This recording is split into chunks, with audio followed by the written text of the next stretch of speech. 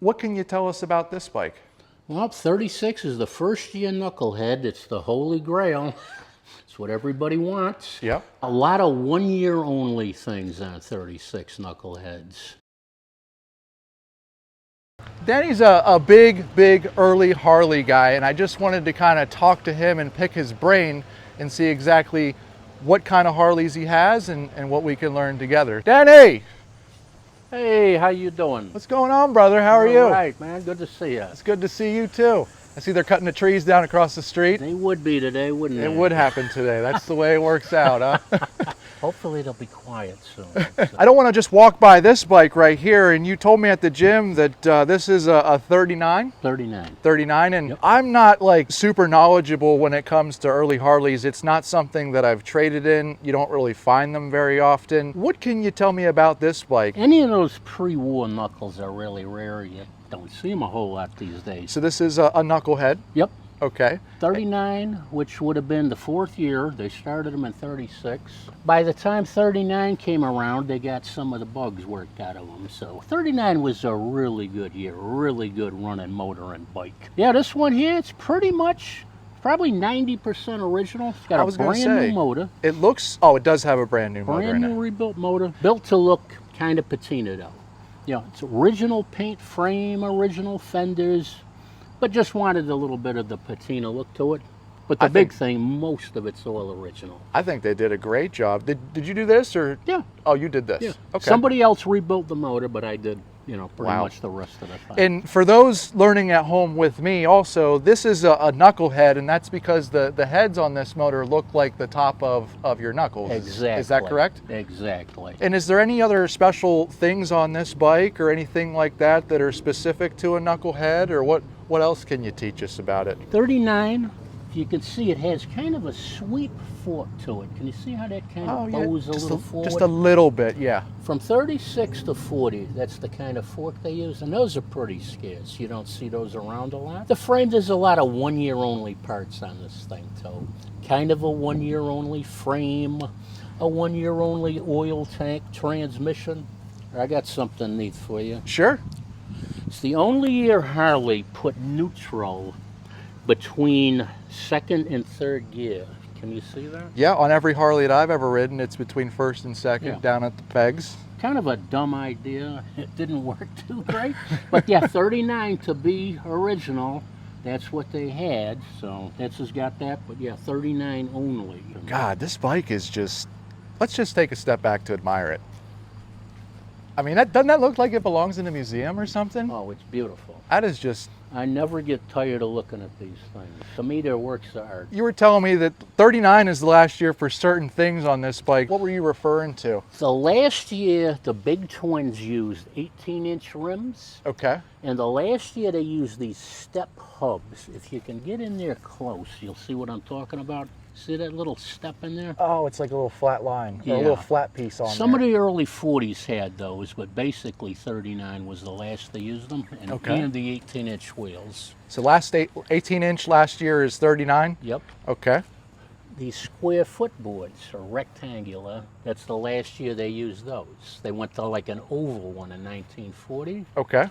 And the toolbox, it's the last year they used that kind of a rectangular toolbox. That's this piece right here. You don't have to answer this if you don't want to. What's the average value of a bike in this condition kind of going for? Probably anywhere between 50 to 100,000, just depending. If you had a nice original paint one, it's worth a lot more. A lot more. If you had one that's just kind of pieced together with sporadic miscellaneous parts, it's worth a little less.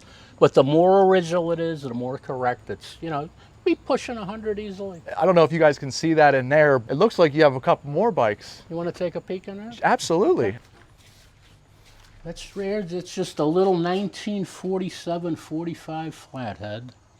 Okay, so this one right here, is that what we're referring to? Yeah. Okay, so this one's, you said a 45 cubic inch flathead, which is 750 cc. Gotcha, yeah. Okay. The same motor they used in the military for the WLA Army bikes. And they made those all the way up to 1952, those styles. So they're pretty common? then? Yeah, they used to be. Used now, to be, yeah. okay. Now they're getting a little harder to get, but yeah, just a 750cc, just a nice little get-around bike. And what's the price of something like that? That's probably 10 to 15. 10 to 15? Yeah, somewhere in that. Does that one stretch. run? Yeah, I'd ride it like that. yeah. Now, people like the patina stuff these days. Maybe change the seat on it. I don't know. I like Seat's the a little rough. I like the but seat on it though. it works. It works. You might lose a little bit of the seat as you're Every as you're time going. you get on it. And then what is I see here? You did say that these are the more of the rounder. Yeah, the oval type they Yeah, call that- them. okay. And that's got the 16-inch tires. In fact, this is a 47 Knuck, which is the last year of the Knucklehead. Okay. Why does this one have a bigger seat on it? They just call that the buddy seat. You buddy could put seat, a you can put- passenger. Oh, okay. Yeah, if cool. you wanted, or you can just stretch out more on them. And is there any special like one-off features or anything on this year? Not a lot, but it's a 1-year only gas tank. Oh, It's the first year that they use those gas tank emblems. The first year they used that dash, that style dash and Speedo there. 1-year only Speedo. okay. Yeah, certain 1-year things on it. Knuckles were pretty much the same from 41 up to 47, other than, the gas tanks and the emblems. Is that because Pretty of the much. war? Well, yeah, from 42 to 45, very, very few civilian bikes were made, very scarce. Okay. So you almost never see anything from, 43, 44. You'll see a few 42s and 45s, a lot more 46s and a ton of 47s. That was the big year of the last year. Okay. Yep. And then after the Knuckle there in 47 was the Panhead. The Panhead, 48. okay. Yep. They came out in 48, which is almost identical to this bike except for the heads. Yeah, almost head, yep. identical. I see that you got a couple Trikes back here, and you got some signs. They just look like reproduction stuff. Yeah, just reproduction Harley signs. I'll help you. Kind of. I've heard some of these tricycles can get pretty expensive. If you have a really nice legit one, yeah. Now this is a 37. The first one they ever made was 1932, and any of those early ones are very hard to find. And I know it's a 37 because you just explained to me it's got the rectangle, and the last year you said was 39 for those, Yep. so that makes sense to me. Yep.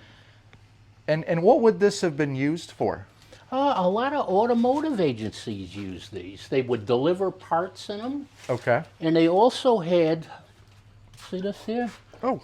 This is what you call a tow bar. Oh. This thing would fold over the front end, and this clamp would clamp onto car bumpers. So they would drive these, from the auto place, drive them over to somebody's house that needed a repair. Okay. Either bring them parts or take the whole thing back to the shop and repair it and return the thing with us. So a lot of automotive dealers used them, and a lot of police departments used them. They hand out tickets and parking tickets and all that stuff. Big between the auto and the police. And what year is this one? Because This one's 39. 39. Yeah. Which one would be the more expensive one? The earlier bike? Probably the early Probably one. the earlier one? Yeah. What is this beautiful That's piece a right here? 46 Knucklehead. This is a 46. Yeah. So And you said that 43 to 45 is probably the toughest of the 40s to find. So this would probably be like the first year where they started, coming. mass producing them again. Exactly. And if you notice between the 46 and 7, you see the dash and the Speedo? See Okay. how it's different? Okay, so this is a 46th one. And then this is The 47. the 47 over here. Yep, and that's the first year for this style of Oh yeah, dash. the numbers are in a different font. Exactly. Okay. And the gas tank emblems too. And the 46, they use that emblem from 40 to 46. They call it the teardrop. But otherwise, they're basically the same bike with a few cosmetic. Now, as far as like speed goes, which ones of the bikes in here would be the fastest back in the day? Are they all the same kind of speed, or The Knuckles, the Knuckles? the Cervicars, the Trikes are slow. Of course, yeah. Yeah, they were meant to be. And did these tip over a lot? No, Oh, they didn't? No. Okay. I remember seeing these up in Rochester, New York, in the wintertime. The cops would drive them year round. I've seen them with the wheels up in the air with the cops driving the thing. So, yeah. But I've never seen one tip yet. Not that it hasn't happened. But Interesting, okay. yeah, they're pretty neat. They haven't made them. The last year they made them was 1973, so they haven't been around. Oh, that was last year for the Trike. Yeah. 73. Yeah, kind of a long time ago. I didn't know you. I've never been here before. We've known each other from the gym, and I never knew that you had this many old motorcycles. And I mean, they're just the most beautiful bikes. Well, thank you very much. They are just wow. To me, they're works of art. I never get tired of looking at them. Yeah, you almost just wanted to put one in your living room. Exactly. And you have one in your living room, is what you told me. You'd be amazed how many people have bikes in their homes, in their living rooms. I see you have a Champion spark plug sign over here. This is actually a fantasy piece. Someone made this. Are you into signs at all, or? Oh yeah, I love signs. And you said that you also have a few cars you wanted to kind of take a look with us as well. If we head that way? We'll go down and look at some cars. Awesome. Let's go. What year would that's pretty cool. That's It's actually a 1937 rear fender. Thought it was done up like the American, flag style or something. That's probably done 60 odd years. It's kind of just the way I picked the thing up, but yeah, it's probably been done 60 years Probably build a ago. whole bike just around that, I've done it before. I've got one I built just from the front fender. Yeah, I matched everything up. It was a really sweet original paint front fender, and I built the rest of the bike to kind of match the thing, patina with it. So, come on in. You like hot dogs? Oh, wow. You didn't tell me you had all this. I'm just overwhelmed. You got a whole bunch of signs. Jesus, look at that. This is a Cadillac limousine? 47 Caddy limo. We'll get to that in a second here. I see you got a whole bunch of, you just have a whole, wow. All kinds of different stuff. I love to collect stuff. I feel like I'm home. Good. You know what I mean? Yeah, no, I live with this stuff. Yeah, nostalgia, I live with this stuff. Looks like a 36. This is your 36, right? This is a 36, first year knuckle. It's got the rectangle. Yep. It's got the square or the rectangle toolbox on there. Also, you were saying it's got the 18-inch wheels. See, I'm picking it up. What can you tell us about this bike? Well, 36 is the first year knucklehead. It's the holy grail. It's what everybody wants. Yep. A lot of one-year only things on 36 knuckleheads. They're pretty much the scarcest ones you can find. This one, it's got a lot of reproduction stuff on it. Probably half reproduction, half original, but unless you're into it, you couldn't tell the difference. Does that affect the value? Big time. Big time. Yeah, big time. And you said one year only stuff. What can you show us that's kind of 1 year only? It's a 1 year only frame. Okay. And how would we know that? Like if I walked into a barn and there was just a frame sitting there, how would I know that it's like a 36? The easiest way would be, these are the sidecar loops where you attach a sidecar on. Oh, they all had that?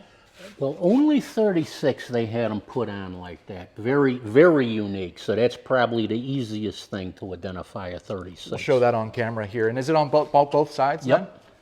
Just those little, looks like loops in there. I can show you another frame to show you what I'm talking about. Yeah, absolutely. Yeah. You see how these are? Oh, so this is a 36 frame too. No, this is actually a panhead frame. Okay. From the early 50s, but see how the loops are? See They're the loops? all part of a forging. Instead of being, those were like brazed onto the frame. Oh, where these okay. were like in a forging, but that was 36 only. Okay, so the way that they're attached is what's different. Yeah, it's a 1 year only, just Gotcha. on 36. Okay. And what else? Well, the fork. This is a 1 year only fork, even though it looks almost identical to the rest. It's a 1 year only fork. The fender braces here, they're skinnier than the later braces. Okay. Yeah, if you compare them with a later one, you'll see the difference, but Sure. they're thinner. I trust you. Yep. And these actually had the old Alamite grease fittings in them back in 36. Can you see that in there? I do, yeah. Yeah. 36, some of 37s was pretty much the last year they used the Alamite fittings, but this is another way to identify a 36 with a stripe around there like that. Every year from 36 to 39, there was a different kind of a graphic on the tanks. Okay. The same decal, but the graphic around the decal every year was different. So that'll really make the 36, you know, in itself unique like that. This is a beautiful bike. This is a 1 year only thing for 36. Okay. The air cleaner, 36 only. This cam cover, even though this is a reproduction, it's an early 36. There's a lot of different 36s. Actually, early 36, mid 36, and late 36. And what makes it an early 36? The way this is kind of notched here, Okay. only 36 early used this notched cover there. Gotcha. Yeah, if you had another one to compare it with, you'd see the difference. Very, very scarce. If you were lucky enough to find an original one, you paid probably 10 grand for the thing, maybe even more, depending on how bad you wanted one. Very, very tough to find. And what's the going rate for a bike just like this in this condition? If you were to take this one to market, what would something like this bring? This kind of like not being 100% original, but this is half and half. It's got a reproduction frame, which is the biggest thing. okay. This would be under 100,000. Under 100. If you have a legit one, 150 to over 200 easily. Wow. Depending on how correct and original it is. But yeah, this is maybe half and half. It's a really nice bike, but it's just not. I love the colors on it. I think it's a really, really beautiful bike. That one over there is just calling my name, though. That's a 37, yeah, a ULH. That's the first year ULH 80-inch flathead. I see that, and it has so that one over there is a knucklehead. Yep. The heads on it are knuckle, and this is a ULH, so this one is different for the head design, correct? Exactly, the flathead and a side valve. Side valve, okay. And the tank graphics, the knucklehead, the same thing, the same decal. Yeah, I see that now. But they had these two little stripes. And that so was 37 only. Gotcha, so this is 37. Yep, if you ever see that, it should be a 37 there. And like that one over there is a 36. It went the whole way around. Exactly. And this one has the two stripe marks here. Yep, 37, 38, 39. All I see this one. Different graphic. This one has like a luggage rack. A luggage rack here. And what is this piece right here? Just kind of a custom bumper. Custom aftermarket, bumper. Yeah, just an aftermarket bumper just to dress it up a little bit. Does this one run? Yeah, brand new rebuilt motor in it. I made this to look patina. Yeah. I think you did a hell of a job. Well, actually, this is one of them. I built this. I had that front fender there for 40 years. I just kind of half-ass matched the rest of it. I see what you're saying, but I mean, it just has a look to it. Like but this is one we were talking up there about, you know, building a bike from a fenders. This one definitely was. I mean, if you put this in a show or something like that, I mean, I would gravitate towards this thing immediately. I can't take my eyes off the thing. That's why it's sitting in here. You know, some people think you're crazy, but you know, to me, they're beautiful. When you walk out of here at night, you got to take a little look back at it before. That's why I got one in the living room. I used to have one in the bedroom. Yeah, when I had a bigger bedroom, just like in the living room. What would you rather look at, a couch or a chair or a beautiful knucklehead? I mean, there's no, you don't need to think. No, it's mechanical. It's industrial. The amount of time and thought that it took to make these things back in the day. You know, now everything's stamped out with a machine. Everything back then was just like... They were made very well. It works. You know? Harley had a lot of pretty high standards. And that's why there's so many around today. You could take these engines and just pull them out of... Rebuild them forever. Exactly. They'll be here when we're long gone. Exactly. I totally agree with that. That's why I like the stuff. It's like everything today is disposable. Different times, man. Different times. I would like to take a look at some of these. Look like Cadillacs behind me. This is a Packard, I believe. That's a 40 Packard limo. Are we able to go around that way, you think? Or? Sure. Okay. Yeah, we'll go around the front of that. Maybe we'll come back here and do like a sign. You know, we'll go over all the signs or something like that. I know that's probably too much to put in this video. Now, you were telling me that you got some of these cars off of just gentlemen here locally. This is you said a Cadillac limousine. What year is this one? This is a 47. A 47? Yep. Do you mind if we open up the back of it? Sure. You could move in that thing. Oh my goodness, let's take a look in there. Holy cow. They got the ashtrays and lighters and... That's all wood, real wood too. Oh, that is wood. The doors, yeah. Wow. A really, really, really neat piece. And then this is a Buick, of course. 41 Buick, yep. And pretty much every GM product from 41 had this same shape grill. You know, whether it was a Buick, whether it was a Plymouth, whether it was a Chevrolet. There's also a 41 Caddy down there that might be for sale even. This is a Packard. Is this also a limousine or? Yeah, a 1940 Packard limo. 40. Do these run at all or? Pretty much everything runs. Everything runs? Yeah, Okay. This is the only one that wasn't driven in here. It runs, but we didn't drive it in. Everything else was driven in. That right there is something that we have to definitely talk about, and that is a Zeph. Yep. So this is a 37 Lincoln Zephyr. Yep. I've been looking for 39 bumpers. 39 bumpers are kind of just two little beams across in here. I have another car that I'm building, so if you have 39 Zephyr bumpers, I'm your guy there. Get in contact with me. These brackets right here are pretty hard to find, but this is a sedan. It's not the coupe. Coupe's a little bit more desirable. This was a local car you were selling, right? Yeah, just within 10 miles of here. 10 miles. Yeah. And these were definitely not cheap back in the day. They were pretty much top of the line, right? Yeah. 12-cylinder motor in the thing, kind of neat. Yeah, definitely something that I would be proud of if this was my car back in 1937. I know I never could have afforded one if I was around back in those days. So. This one looks pretty cool. It's a 1940 WLD. This was kind of Harley's hot rod version of the 45, kind of in between a civilian bike and a race bike. Okay. Yeah, this thing just had... It looks like it's bare bones, just go to town. Well, this has been kind of customized, Gotcha. set up a little, but the WLD motor just had a little more horsepower compression than your standard civilian one. So they were like a hot rod bike. Is there any way to tell the difference? Or Yeah. The civilian ones never won. They never had a magneto. okay, no magnetos, gotcha. These actually had bigger cylinders, bigger finning than a regular 45. Okay. It's really hard to see unless you kind of take it compare apart. them. Yeah. Yeah. Okay. But visually very little, that you can tell the difference. I believe 40 or 41 was the last year they made a WLD, so they're pretty scarce these days. This looks like a fun bike you could just take to the grocery store and come back in. Oh yeah, this thing will blast you around. Yeah. I rode a Sportster for a year. It was a bucket list thing. Every single day, rain or shine. Of course, I lived in Florida. It was a little bit easier than here in Pennsylvania. I could totally see myself riding something like that. Oh yeah, they're fun little things. Yeah, just really cool stuff. And I've noticed you got a huge tin toy collection. Now, did they make these here in America, or were these made in Japan? I believe they made a lot of them over there, right? In Japan. Japan, okay. Yeah, a lot of the old Japanese stuff and a lot of the old American marks made stuff, that kind of thing. And some of these can bring a lot of money. Yeah, these they can days bring a lot of money too. See a lot of these anymore. A lot of these I got way back in the day when you could actually find them, and they were cheap. Back in the day. Now they're hard to find.